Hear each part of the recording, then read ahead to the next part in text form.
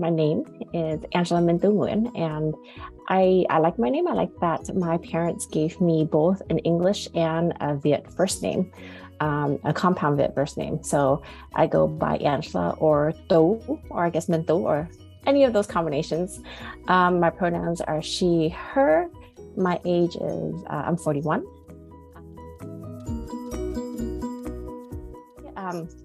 I was born and raised in Little Saigon, and I was taken care of by my grandparents. So I lived with my grandparents for a while. And so my life, even though I was born in the US, was like entirely in Viet.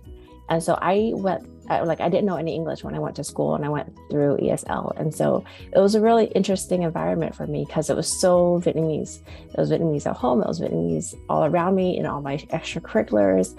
And, it was in Little Saigon. So it was only when I went to school that I was like, oh, there's like this other world out there. And so in my home, it was my parents, me, and my younger brother. But, because we were one of the first in my family to come to the US, we sponsored a lot of my family members. And so there are times when we had like 2 uncles and their kids living in our house. And so it was always, or like my grandparents. So it was a house that housed a lot of people. We had a lot of family members coming in and out. So it was a very fun, lively childhood.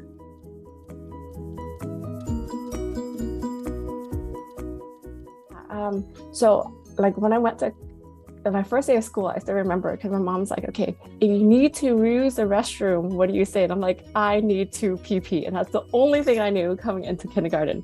And my kids just finished kindergarten. And I'm like, I actually don't know what my kindergarten experience was because I can't remember it because I don't think I understood most of it.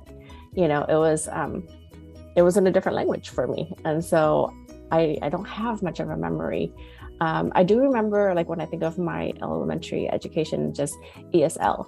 And so in my ESL classes, there are other Viet kids and other Latinx kids. And so those are the groups that I feel most comfortable with because those are the kids that I grew up with.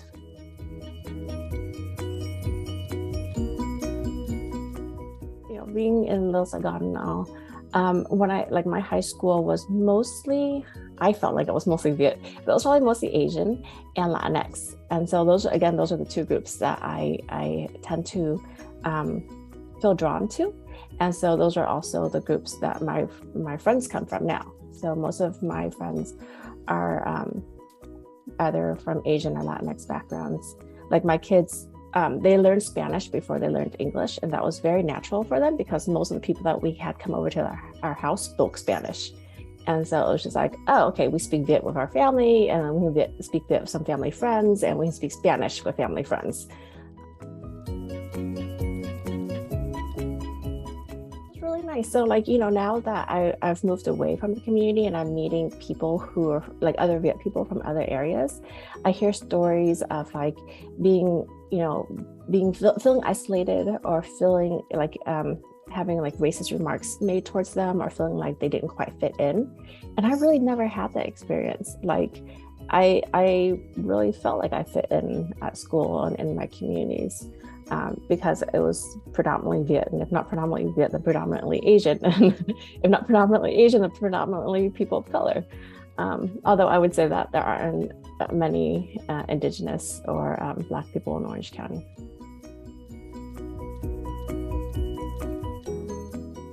I guess my journey is a little strange. Okay, so my strongest identity is being Viet.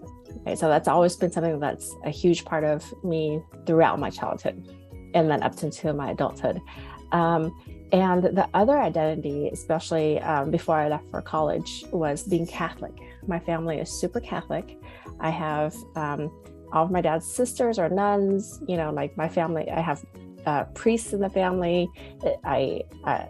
Most of my extracurriculars are church related. And so being Catholic was really important to me. And my family was like, they're like totally open. Like you can marry anyone of any race, just as long as they're Catholic. So that was a huge part.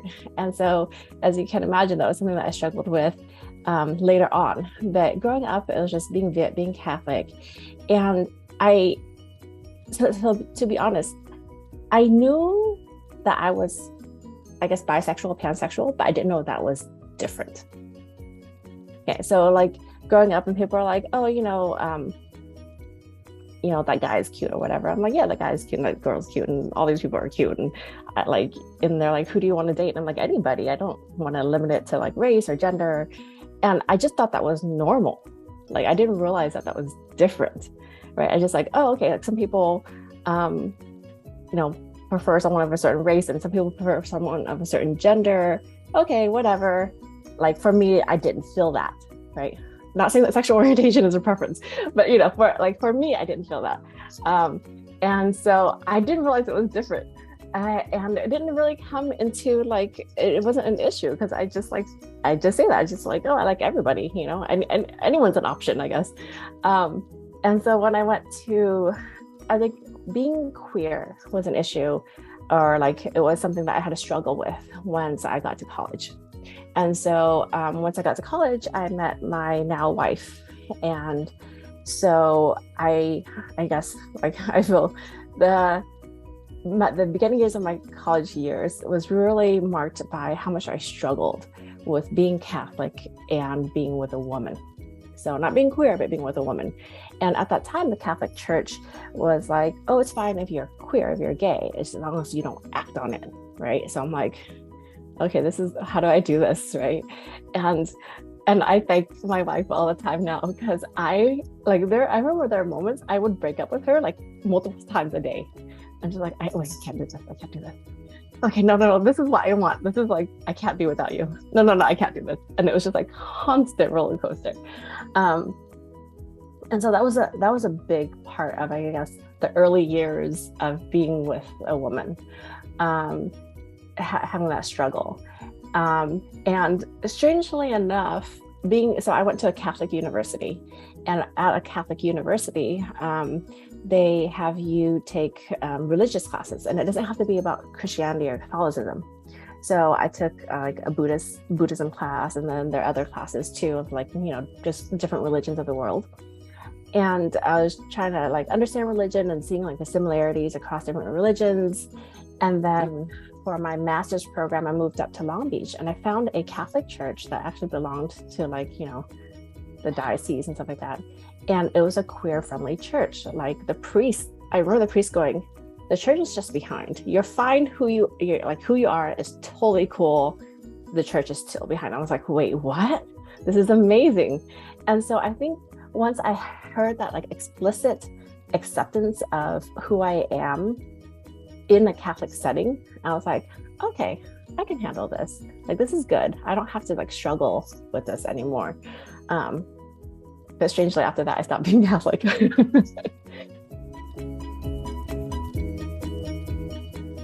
I went to a Catholic school. It's also a private school. So it was majority white and very, very rich. And I grew up from a very, working class background, and again, a very Viet background. So I had culture shock in all different domains, right? And so there were very few Asians at the school. And I think most of the Asians were Filipinx. And so she was one of like, I think 2 or 3 other Viet people in my class, like in my cohort. And so we met during orientation week.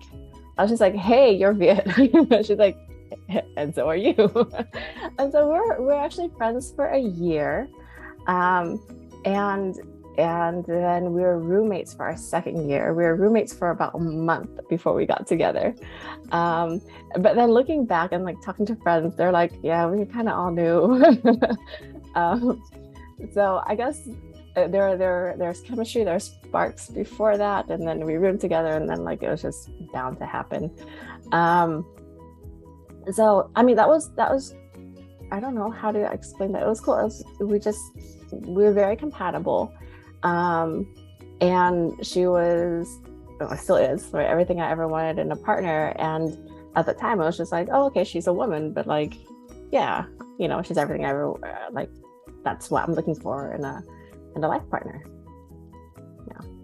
So I don't think, and I think so I remember like processing this with her, and she was like, well, what's in a label? Like, why do you even care about a label? And I'm like, oh, that's good. that's a really good point. And so it was just like, we felt very free to be who we are, right, and to be together. I think the biggest struggle was just being me and my Catholicism, and then we were at a Catholic university, right? So we didn't come out to our friends until much later.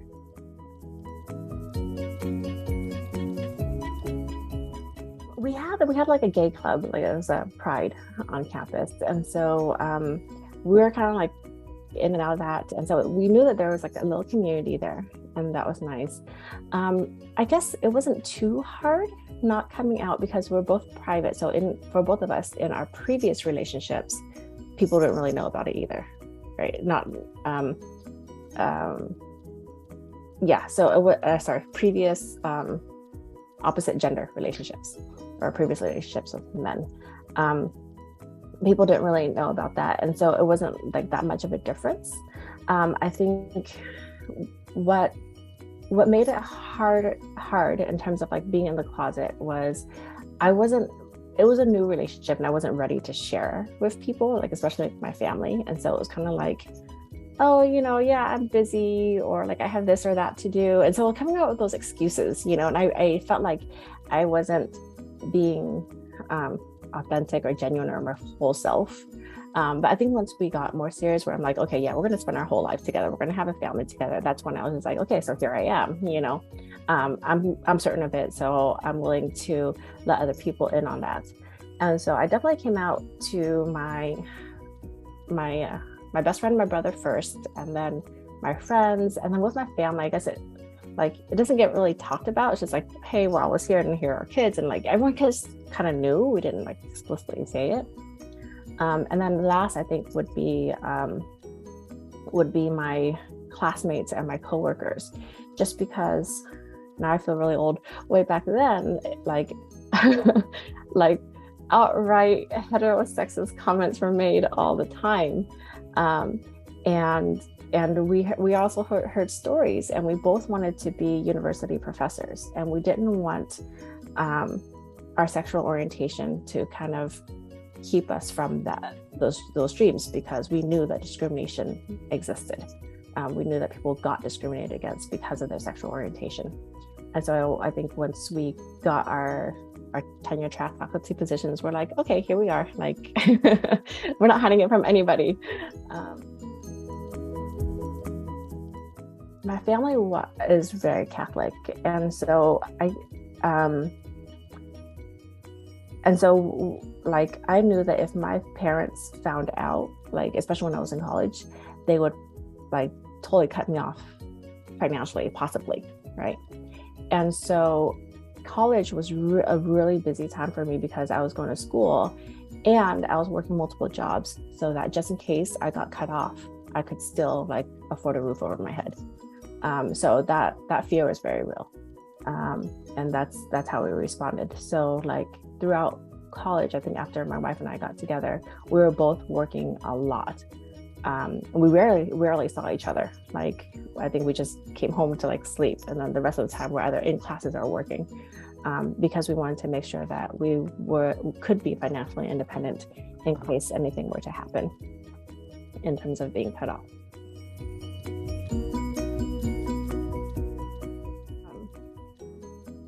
It's of course it's influenced it, and I guess it makes me more determined to have an inclusive environment for them, right? So I grew up with my younger brother, and he's Jaudeton, and that means that he's the oldest son of the oldest son. And so like, in terms of old things, like things families get passed down to the son, right? So he was like the golden child in the entire extended family, and so he was treated really, really well. And in addition to that, he was within our immediate family, he's the boy, whereas I was the girl. And my family was also, especially my dad, was very traditional, and so we were treated very, very differently.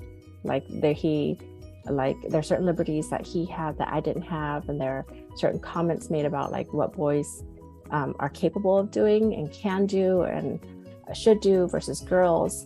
And I knew even before kids that whenever I had kids, I wanted to make sure that I treat the boys and the girls similarly.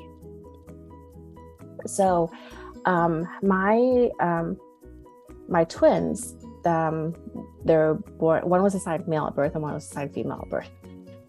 And so we're like, okay, we're going to treat these kids the same. Like there's going to be no difference in like the toys they play with, the clothes they wear, the way we talk to them. That we dress them, like in terms of doing their hair and clothes pretty similarly, right? And we spoke only Tiếng Việt at home. And with Tiếng Việt, there's no like he or she or like, you know, daughter or son. I guess there is, but you'd have to like make it specific, right? We just say con, instead of like con gái, con trai, right? So we just say con, and we just like use our names with each other. And so they pretty much grew up like not like they just saw each other as like other siblings, right? They didn't really understand gender.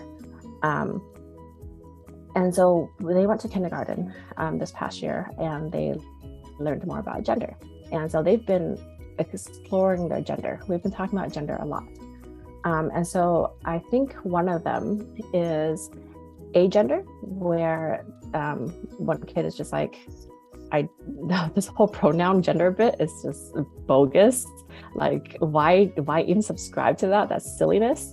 And they get mad when people ask about their gender. They're just like, I'm just who I am. Okay, this is my name. Like, forget about the whole pronoun thing. And the other one is like, well, I don't see why I have to be limited by being a boy or a girl, you know? And that kid subscribes to like a they, them pronouns. So I think I have a non-binary and an agender kid. And so we actually, it's been a struggle with their school, like, you know, figuring out bathrooms, figuring out pronouns, talking to other kids, because, you know, they'll have comments on the playground of like, well, boys aren't supposed to do that, girls aren't supposed to do that. And because of the way they look, they get misgendered even in terms of their assigned sex, right? So they get everything. Like, people don't really know their sex or their gender. And so it's really just been a struggle. And so we've been in contact with like the school district about how to create a more inclusive environment at the school and trainings for the teachers, and then ways to have a more inclusive curriculum. We've also considered looking at other schools.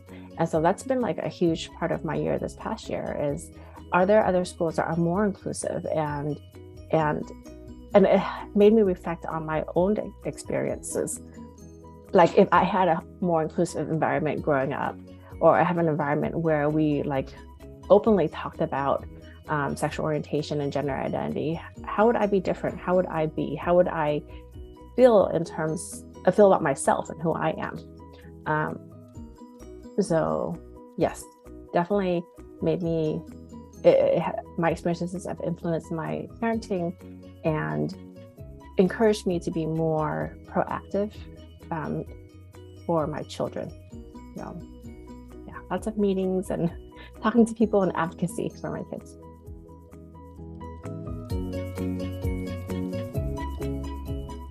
So I guess, you know, the pandemic has really helped us create this wonderful bubble. And so, you know, they, like, before, I don't know how they feel now, but before they went to school, they thought it was like totally normal and natural for people to have two moms. And sometimes I'll meet a kid with like one mom. They're like, oh, I feel so bad for that kid. That kid only has one mom. Like, they're deprived of another mom. You know, and then we have friends who are like two dads, or, you know, single parents. And so we, in terms of our friend network and our community, we have a lot of family structures and family units. So I think they're kind of used to that. And they've been shifting to like, the norm is two moms, to like, okay, we have, there are other units that are out there.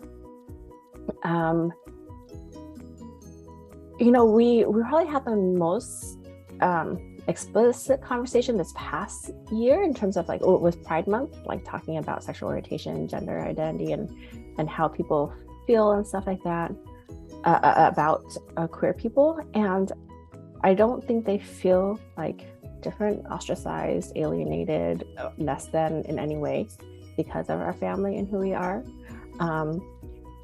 we've been going to protests and demonstrations for as long as they can remember. And so like they know about like refugee families being separated. They know about police brutality and the Black Lives Matter movement. And so they're quite aware of discrimination and that there are power differentials and things like that. And so they are also aware that queer people are misunderstood and discriminated against. But from how they talk, there's a lot of pride. I think being in the bubble has allowed them to have pretty high self-esteem and pride. Pride about being queer and pride about being Viet. Yeah, so I think those are probably their major identities.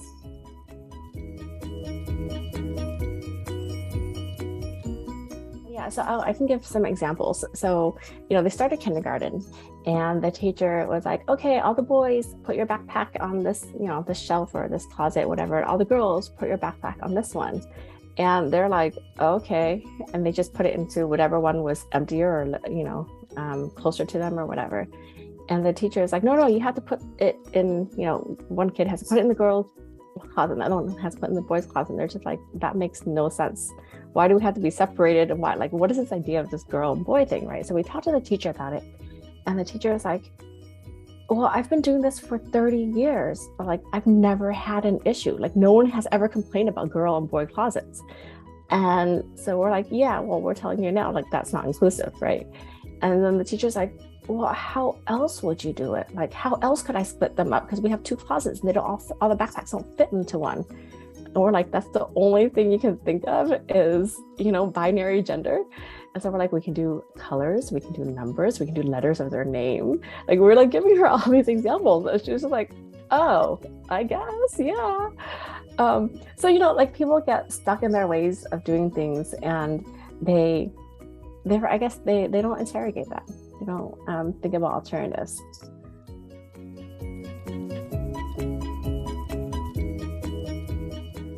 Gosh, the bathroom thing was so annoying. So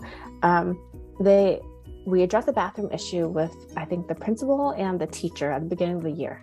And so like the principal and the teacher was like, okay, fine, they can use whatever bathroom they want. And then come the middle of the year, they were still getting reprimanded. Like they're like, and by the yard staff. And so we're just like, have you not communicated this with all the people who work there? Like, why are we still dealing with this like 4 or 5 months into it, And so I contacted the district. I was like fed up. I was just like, okay, like, what can I do about this? And it's actually through them. So they have like HRDE, like I think it's Human Relations and Diversity Education, maybe. They told me that like California has a bill that says that kids can use any restroom of their choice, and so you cannot keep them from using one restroom or another, and that's the law. And if staff don't abide by that, I guess you can be sued or fined or whatever, right? And so I was like, oh, that's great. Like, this is their right. And so when we communicated that with the school, like that, they're like, okay, yeah, everyone's going to know about this. And the district was really good in that they were very, they contacted the school right away and they're like, okay, we're going to set up these trainings. And I'm part of, we live in LA, so Los Angeles Unified School District. And they're like, yeah, every school received a set of, I think, 15 or 16 LGBTQ plus books in their library. And so those books are available for kids, for students. There are lesson plans associated with those books. And so there's no reason why it shouldn't have like a queer-friendly curriculum, right? The resources are there.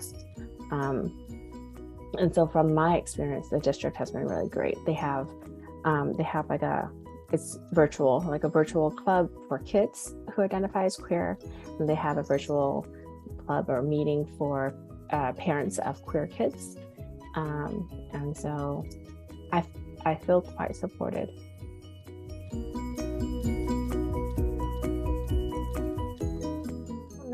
So I know that things have changed a lot. Like, as a teacher, when I first started teaching, students were still like, oh yeah, people like same gendered people should not be together. it was very explicit, and like there's almost like a sign of disgust, right? And now when I teach, and I like on the first day, I come out to my students and I tell them who they are. Like they don't even blink an eye. It's like me telling them that I have like gray hair. They're like, okay, whatever, you know, moving on. And so things have changed a lot.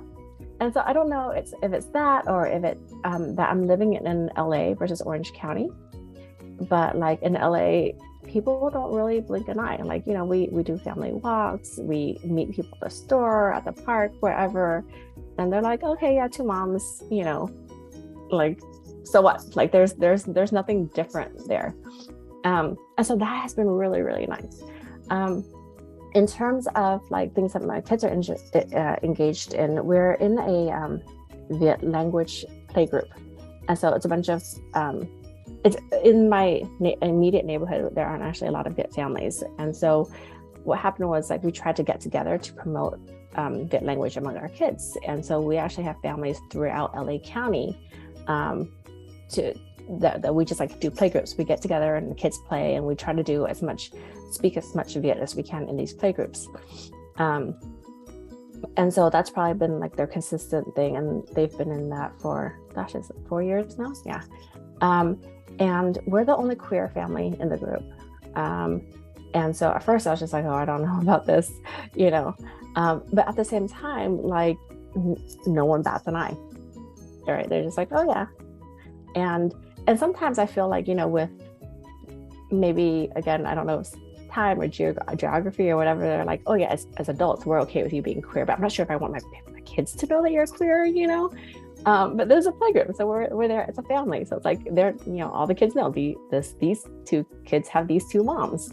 And so I felt very comfortable. And at first when I joined the group, I'm not sure, I didn't know if I would be comfortable. And I felt very comfortable in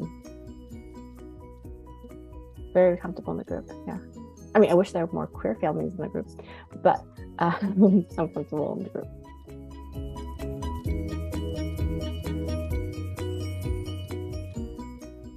I guess my kids being queer has been fairly new. I guess it's in the past year, but I guess even before that, the kid who was assigned male at birth always had long hair. And so there'd be comments like that, like, you know, if you're a boy, why do you have long hair?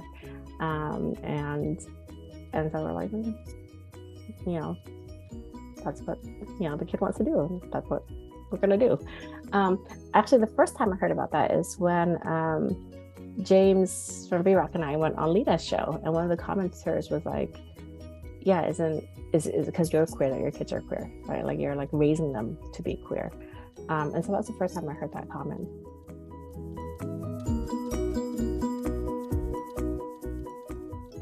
I had to really control myself. But you know, we're also queer in different ways, right? I identify as a woman. I don't identify as agender or non-binary. And so my queerness has to do with my sexual orientation, whereas at least at this point, my kids' queerness has to do with their gender identity. And, you know, it's been brought up that like, okay, because I raised them gender neutral, I guess, that they don't think much about gender. And I don't know whether that's true or not. I think gender identity is probably more personal. But if there's some truth to that, I don't see why that's wrong, because gender is a social construct. Yeah. So I think I'm still learning along the way with my kids in terms of gender identity. Because that's something that I haven't really had to, I've been privileged in that I haven't really had to examine my own gender identity.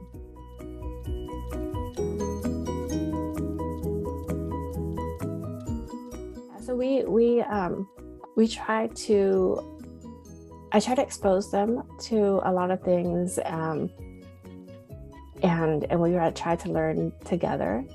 So my kids don't actually care much for movies, but they like watching informational videos, I guess, or short videos. And so I just discovered a couple days ago, KQED, it's a public radio, public TV channel. They have a program called, I think, If the City Could Sing, Dance, If the City Could Dance. And so one was on non-binary salsa dancing in Austin, Texas. And so I was watching that with them, and they're like, oh, that's really cool. And like one of the dancers, the dancer's pronouns were she, he, they. And one of my twins, their eyes just lit up. They're like, oh my God, you can choose all those genders, right? And it was just like, I was so happy because they felt so seen, I think. And then that automatically linked to the next episode of that same program. And it was with trans dancers in San Francisco. And so I think they also really enjoyed seeing, people with beards and dresses and like, all different ways of gender expression, right? So we're trying to learn together, trying to create an environment where they feel seen and represented, and that there are, for them to see that there are many ways that gender can be expressed.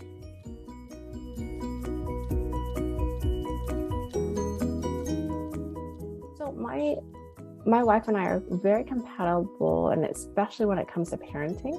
So most of the things, surprisingly, fortunately, we don't actually have to talk about. We're just kind of on the same page. Yeah. And so a lot of times, like if I just look at her, she looks at me, we're like, yeah, we're good. Let's keep on going with this. Yeah. So I'm very fortunate in that way.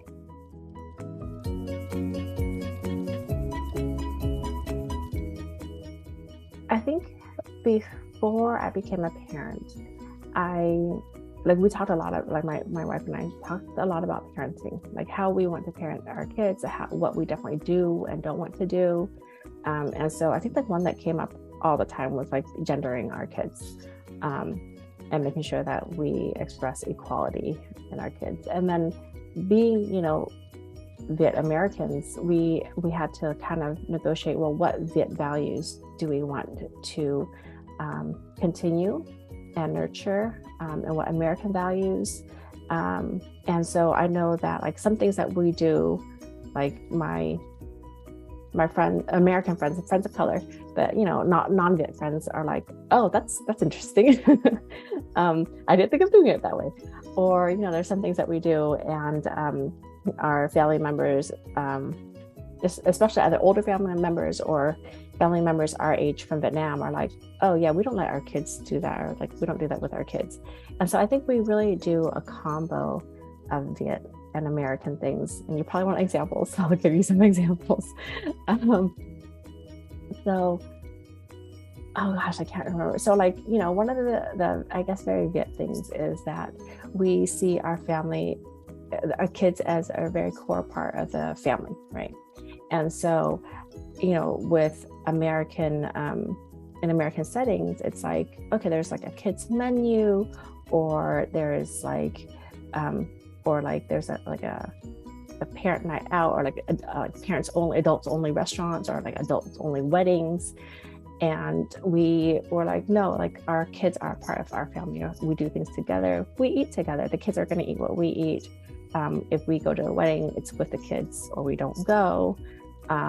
So things like that would be, I think, more Viet.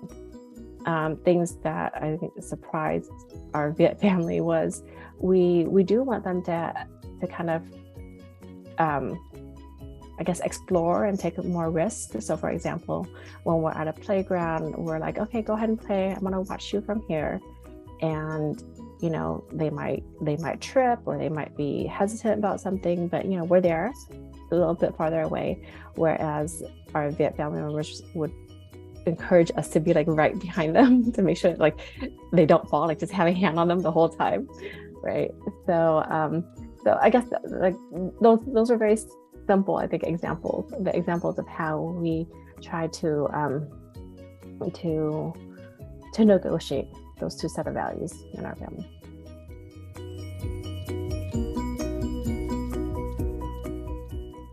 Instead of making one side happy, we're just making both sides unhappy. I guess there's a lot of, I think for my wife and I, we just, as long as we were on the same page and we have thought it out, we're like, this is what we are deciding for our family, and other people are not our kids' parents were our kids' parents. And so we get to make the ultimate decision in terms of what we think is best for them. And so I think that has been,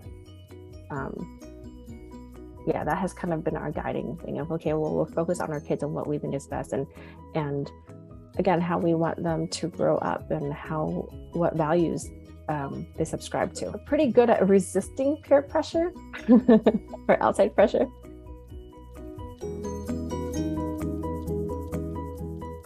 So I've deliberately avoided your question about styles, and it's funny because I don't know how to categorize it, right? And I'm a psychologist, so I actually know a little bit about parenting styles and attachment styles, and I don't, in the parenting literature, there's a lot of styles too, and I don't think that anyone really fits one style. There's certain guiding principles that people follow, and that might allow you to do one style versus another, right? And again, because we have a mix of two cultures, it's harder to put us in a box in terms of parenting style. So some guiding principles are, our family is a unit. We do things together. And so in terms of extracurriculars, we really struggled with that. We're like, well, what extracurriculars do we want to put our kids in? And a lot of their peers are in lots of extracurricular activities. And then so I want them in extracurriculars, but that also means that I lose time with them. As working parents, we're away most of their waking hours. We don't get that much time with them. And so we're like, okay, we're going to do extracurriculars that we can do as a family. So again, with the Viet language playgroup, we're recently taking Kung Fu lessons together. So I'm learning it with them. So we prioritize family and time together. We also have a guiding principle of there's no such thing as being spoiled by love and affection. And so that's very anti-Viet, because Viet parents are like, if you show them too much affection, the spirits will take them away, or they'll be spoiled or whatever, right? It's actually a way to protect their kids, is to not show them too much affection. But we're like, screw that, I can't hold back anyways. And so I hug them and kiss them to my heart's content, and I baby them and things like that. So that's one aspect of it. Another guiding principle is to promote, I guess, for them to feel secure while taking risks and being able to fail and learn from that. And so we do allow them to struggle. We don't try to keep them from struggling. We allow them to fail. So there's no such thing as playing games and having them win all the time, because we want them to learn from that. So, they learned from really early on is that when they couldn't do something, they'd say it themselves. If I just keep going, I can do it, right? If I try, I can do it. And so I think that kind of perseverance is something that we try to promote. Family, I have twins, and so they know they have to have each other's backs all the time. So hands on, hands off. Hands on for some things, hands off for some things.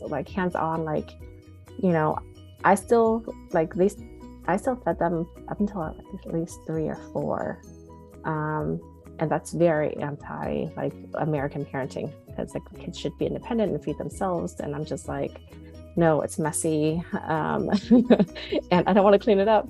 And also, they eat more if I feed them, and they're preemies. They're born 2 months early, so they're on the smaller side. And so I want to make sure that they have enough nutrients. So yeah, I'm going to be very hands off with this. Hands off with other things playing or creativity, art projects. I'm just okay, here you go. Here are your supplies. Do whatever it is that you want to do. Or, here's a game. And our kids are oh, instructions, whatever. We're just going to play with these pieces however we want, right? So very hands off with things like that. Hands off with their clothing. Sometimes, they look kind of funny. Their clothes don't match, and it's okay, right? That's inconsequential.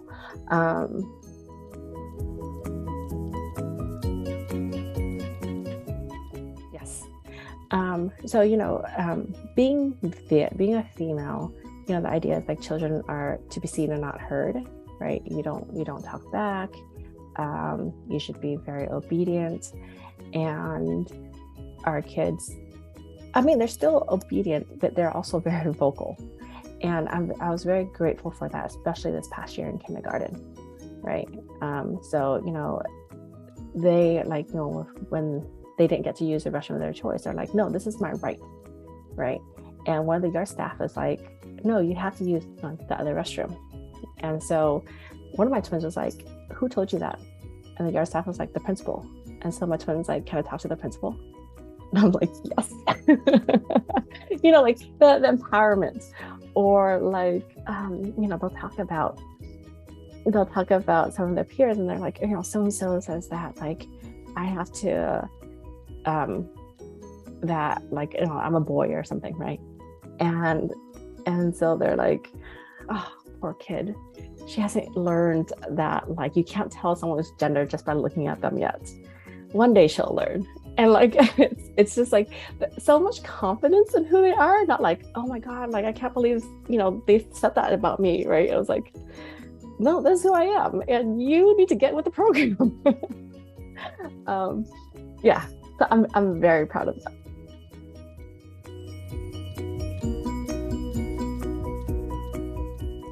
Here's a struggle that I have with being queer parents, and it's how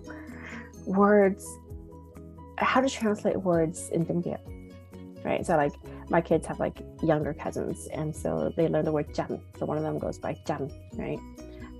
Instead of like Annechi. And then we have, and then for parents, like for me, I have a mom and a dad. And so my mom's side of the family is Y, right? I have my Oma Y and like my main Y. And then on my dad's side, it's my Oma Noi and my Benoi. And so with me and my wife, they're like, wait, who's on which side of the family? And like it's all Y. And we're like, no, they're actually words to differentiate it. I'm like, wait, but not for us, right? And so if someone could come up with some terms that we can use to differentiate this maternal side from that maternal side of the family, that would be great. Yeah, so I think a lot of the language that we have is not quite inclusive yet.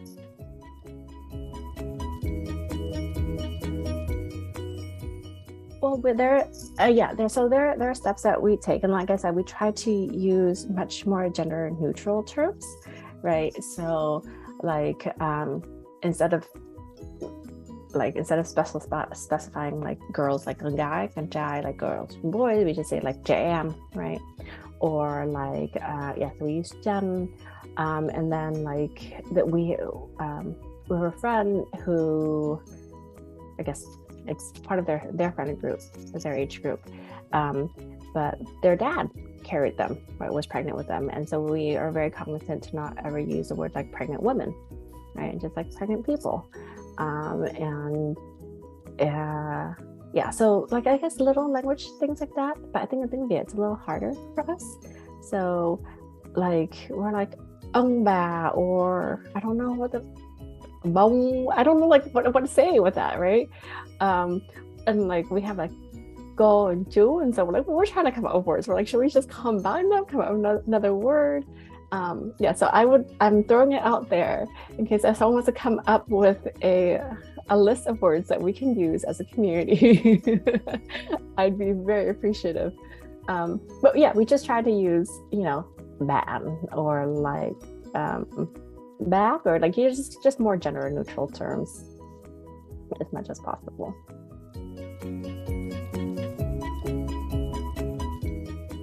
I think something that I would like to have is probably more of a queer parent community. So in terms of like I have queer friends, but a lot of them don't have kids. And so I just think the number of queer people with kids, it's quite small, and I just want my kids to see that there are other like 2 mom or 2 dad families, or like non-binary families, and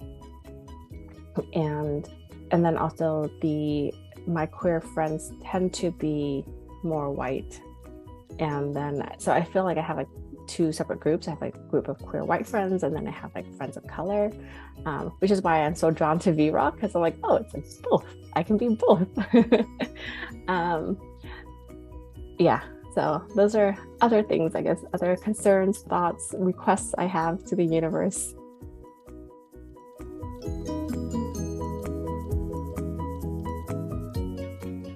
Yeah, there are actually several. So like there's actually like, it's like a monthly meetup of queer families, but things have been kind of stopped because of the pandemic. But there are some, but they're like, you know, LA County wide, just because, I don't know, I guess there aren't that many of us. I don't know. I feel like there's more that we don't know about. VROC definitely, yeah, but I would love resources for queer families, yeah, or especially stuff for younger queer kids. I know there's stuff for like high school kids, but you know, I have young children, they're 6, and there are a few things I think for that young, and some people say, well, because when you're 6 you don't really know much about who you are. My kids would disagree. They're very confident in who they are. They're very sure.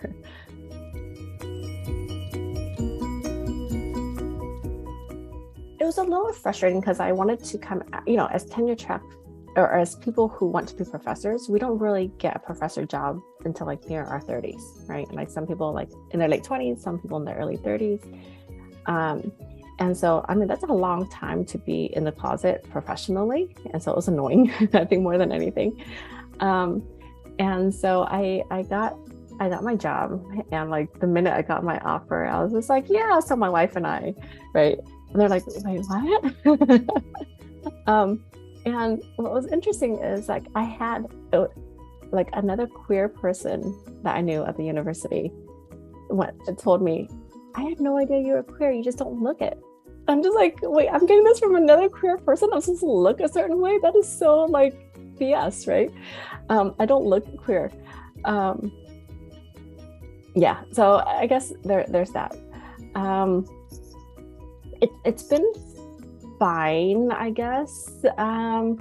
When I first started out teaching, like, you know, as a grad student, I was teaching, again, it was not as open as it is now.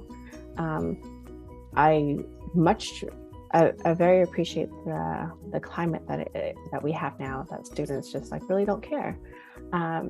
I also feel like there's value in my coming out, because I do have students of all races who come to me and they're like, okay, yeah, I'm queer too. How would this work out professionally? I had a student who came to talk to me. So he's a gay man, and he wants to teach like K through 12. And he doesn't know if he's going to be able to get a job. And his parents are concerned. They're trying to get him to go into another field because they're like, you're going to be discriminated against, you know?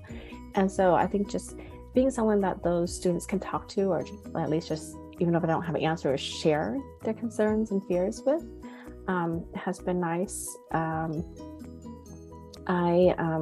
As someone who passes as hetero, I don't like, it doesn't even make sense to me, this whole idea.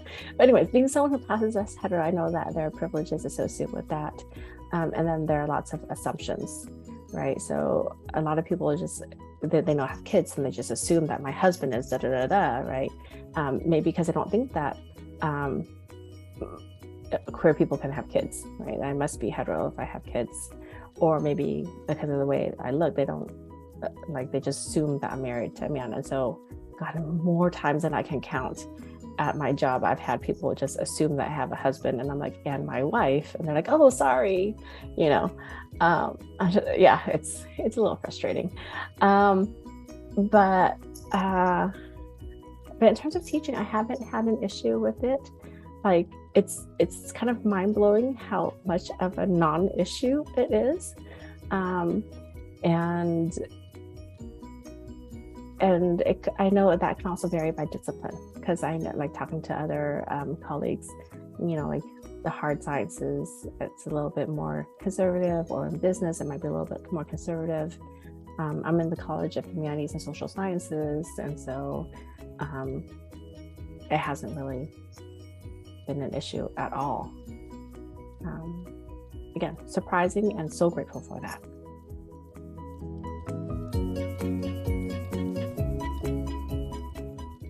Good. I mean, that's kind of,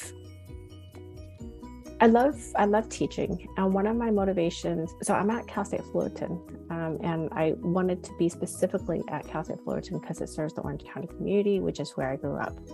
It also has the largest Viet student population of any university in the country, and I wanted to be a faculty member at a school like that because I wanted to show students, like, if I can make it, they can make it. Like, it's possible. Like, this is, like, I didn't know it was possible to be a professor. I actually had it wasn't something that even entered my mind.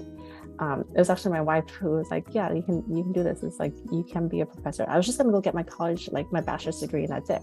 Because I didn't know that there's anything beyond that.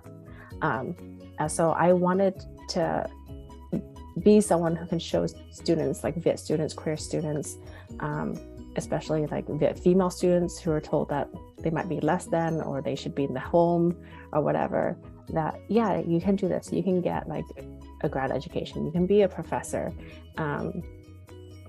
It is possible. So I wanted to be at the university so that I can show that. And I wanted to be at a university so that I can be a resource to them, to help them kind of figure things out, to hear them talk about their experiences, to share their concerns, to help them find ways to meet their goals, reach their goals, meet their and their dreams.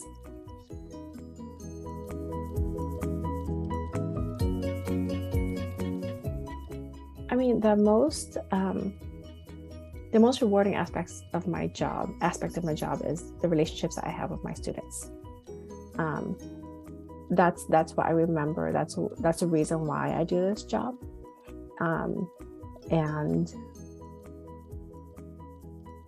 And having certain students, having those students come to my office hours, having us develop our relationship, that's what makes the job meaningful for me. So yes, I've been able to accomplish the goal I have, which is to show these students that there are lots of possibilities for them, and to show them that they're not alone in this university, and that I'm there to support them.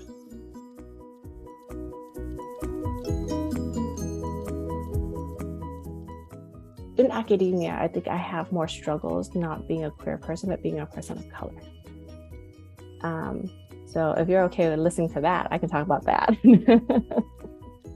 And a working class person of color, right? Or from a working class background, because I know that as a professor, I'm no longer working class. People, the majority of faculty members are white and from an upper middle class background, from parents who also had a college education.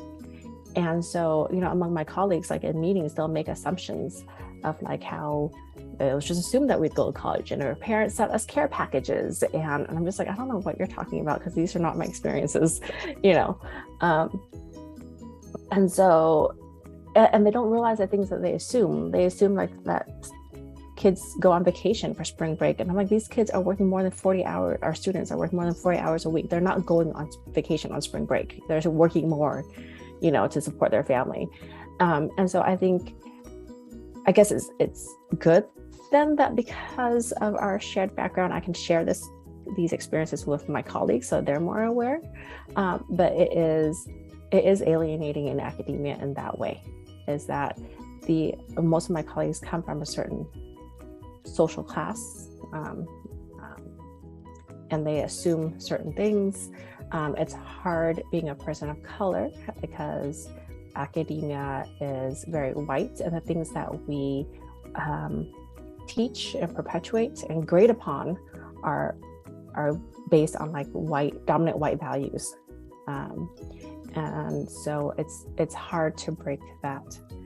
It's also hard being a Viet person because when in lots of conversations, it's like, well, Asians are overrepresented in academia. Like, we don't need another Asian faculty member. And I'm like, well, actually, if you talk about Asian Americans, we're not overrepresented. A lot of the faculty who are coming in are like people who have PhDs from Asian countries that you're bringing in. And I'm like, you're not supporting the Asian Americans of this country who are experiencing, white supremacy and racism and things like that, right? So Asian Americans themselves are actually not overrepresented. And as Viets, as Southeast Asians, like, we are definitely not overrepresented. And so I think that pisses me off whenever those conversations happen, especially at Fullerton. I'm like, do you know the student population that we serve? Like, you don't want more Viet faculty? Are you sure about that? Yeah.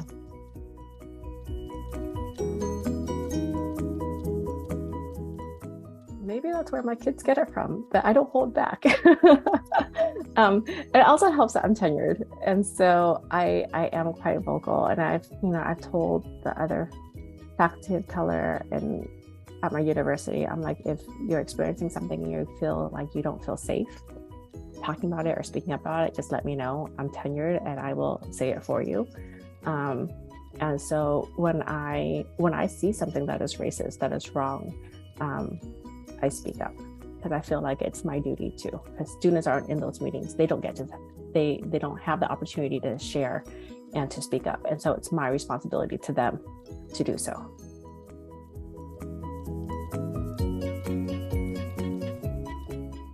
I'm exhausted. There are some times where I'm just like, why am I doing this? Why did I choose this? It does feel like an uphill battle. And then I'll have that conversation with that one student. And I'm just like, this is why I do it. Okay, let's keep on going. It is quite a roller coaster. There are lots of, okay, how about this? Almost all of my headaches are dealt with institutional climate related stuff. And almost all of my joys are related to students. And talking to other faculty of color, I think they'd say the same thing too. We're faced with these barriers that we're just like, oh, I should just quit and leave academia. And then we're reminded of our students, and we're like, okay, I'm here for good. I'm staying.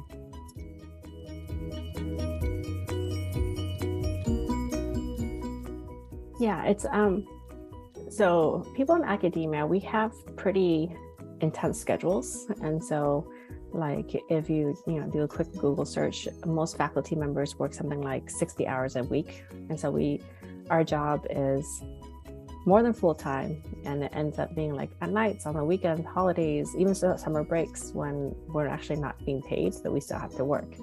And so it's a very demanding job. And you can probably also see that it's actually not a very high paying job, but what I get out of it is flexibility.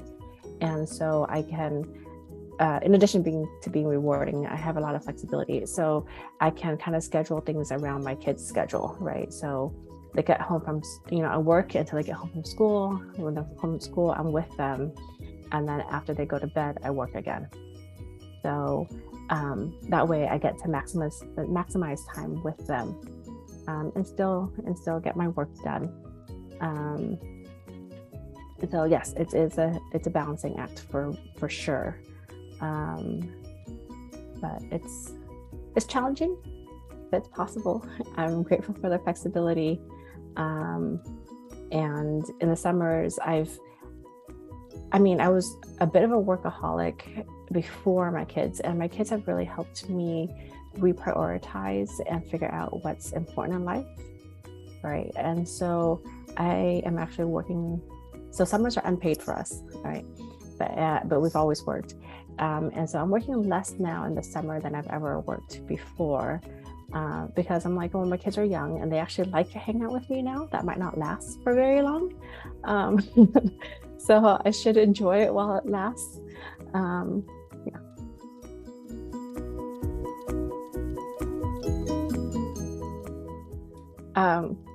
Yes, I guess I should modify that, because I've always wanted it as a family unit, but to have the energy to keep on going, to sustain, like, a connection with my partner, we do need time alone.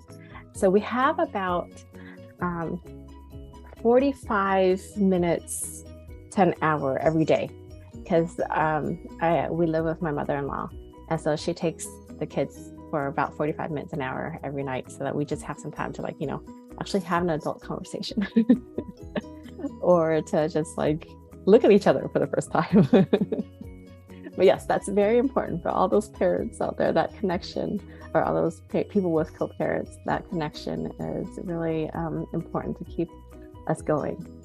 And to know that, yes, being a parent is a huge part of who I am, but it's not the only part of who I am.